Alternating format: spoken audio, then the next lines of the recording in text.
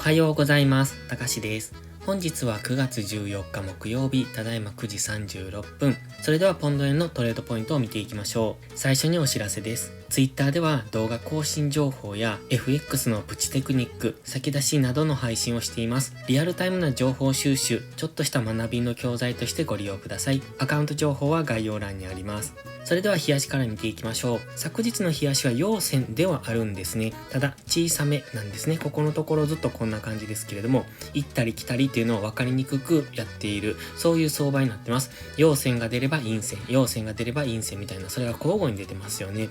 ですので今は揉み合いの期間ではあるんですね。現在は冷やしのトレンドラインにぶつかってきているところ、そして GMMA の青帯にも接触してきてますので、ここからの上昇になるのか、それともここから下落していくのかというその分かれ道にいます。ですので今は分かりにくい動きをしているっていうのが現状なんですが、基本的な考え方としてはこれを抜けた方、動いた方についていくっていう感じですね。例えばこの白のトレンドラインを下抜ければそこからの下落の流れについていく。現在地で値固めをしてそこから上昇するのであればその上昇についていくというところで、今冷やしでは反発しやすいところにあるという中で、買い足では今下落トレンドを作ってますので、4時間足で下落トレンドを作っているんですね。なので4時間足の下落トレンド対日足の上昇トレンドが今行われているところですので、どちらか動いた方についていくのがいいと思います。こういった分かりにくい動きをしている間は一旦様子見ですね。そうでないと勝っても打っても負けるという相場になってきますので、分かりにくい動きをしているところではトレードしないということを徹底していくと安全なトレードができると思います。チャンネル登録してね。では4時間足です。4時間足 GMMA は下向き、そして GMMA に過去一度頭を押さえられて下落してきましたが、昨日、一昨日あたりからそこを上抜けてきてます。ただ本日は今円高方向に動きつつありますので、再びこの GMMA の下に戻してくるのかというところ、基本的にはこれ4時間足先ほど言いましたが下落トレンドなんですね。黄色の丸、これ高値を切り下げてます。ピンクの丸、安値も更新してきてますので、基本的にはこういう下落の流れを描いております。その中で最安値をつけてからの今調整の上昇中なのか、それとも日足の上昇に入ったのかっていうところを今見ていきたい。1時間足は分かりにくいんですが上昇トレンドを作ってますので、それを崩してくればまた4時間足の下落トレンドに入っていくと考えますので、その辺を今は見ておきたいですね。現在のこの下落で1時間足の上昇トレンドを崩すかどうかっていうところに注目です。4時間足のストキャスティクスは高値圏からデッドクロスしてきておりますので、このままダラダラと下げてくる可能性、ここから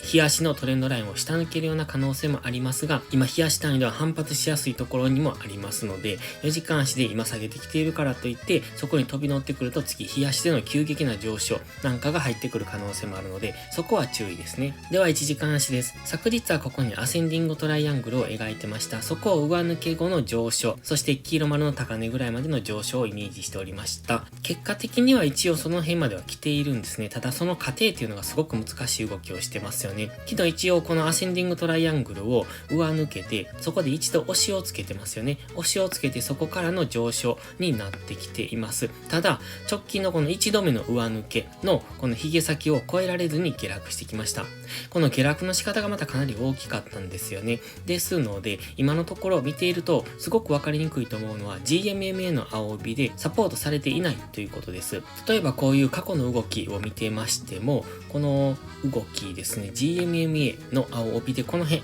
こういうところとか GMMA の青帯でレジスタンスされて下落、ここはちょっと突き抜けてるので分かりにくいんですが、この辺とかも GMMA の青帯が意識されて下落してきてますよね。そして今 GMMA は上向きに変わってきているこの下落トレンドから今上昇トレンドに変わろうとしているんですね。ただ直近の戻り高値っていうのがこの黄色丸の高値と考えてますので、この辺 184.5 付近を明確に上抜けてくればここからは上昇トレンドが加速すると思うんですが、今小さくは上昇トレンドを描いているんですが、明確に直近の戻り高値を超えられていませんので、4時間足はまだ下落トレンドの最中ですし、1時間足は小さくは上昇トレンドを描いているんですけれども、直近の戻り高値を超えられていなくて目線は下になってますので、そこが今下落圧力がかかりやすい、そういう理由になってきます。今は昨日の動きを見てても分かりますが、ここのところ急激に上昇して大きく下落して、また大きく上昇して大きく下落してっていうのを繰り返してます。で、昨日の上昇から本日も下落傾向になってますので、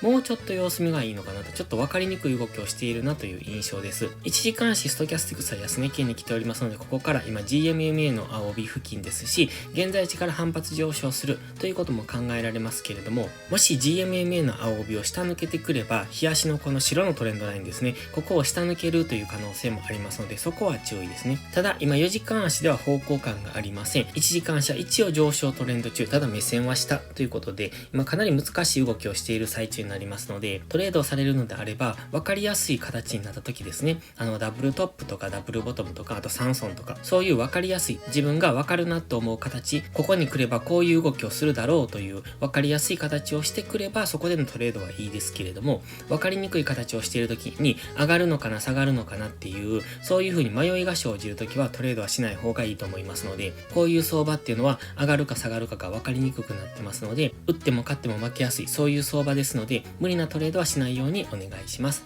しっかりと引きつける、そして分かりやすい形になるのを待つということが大切です。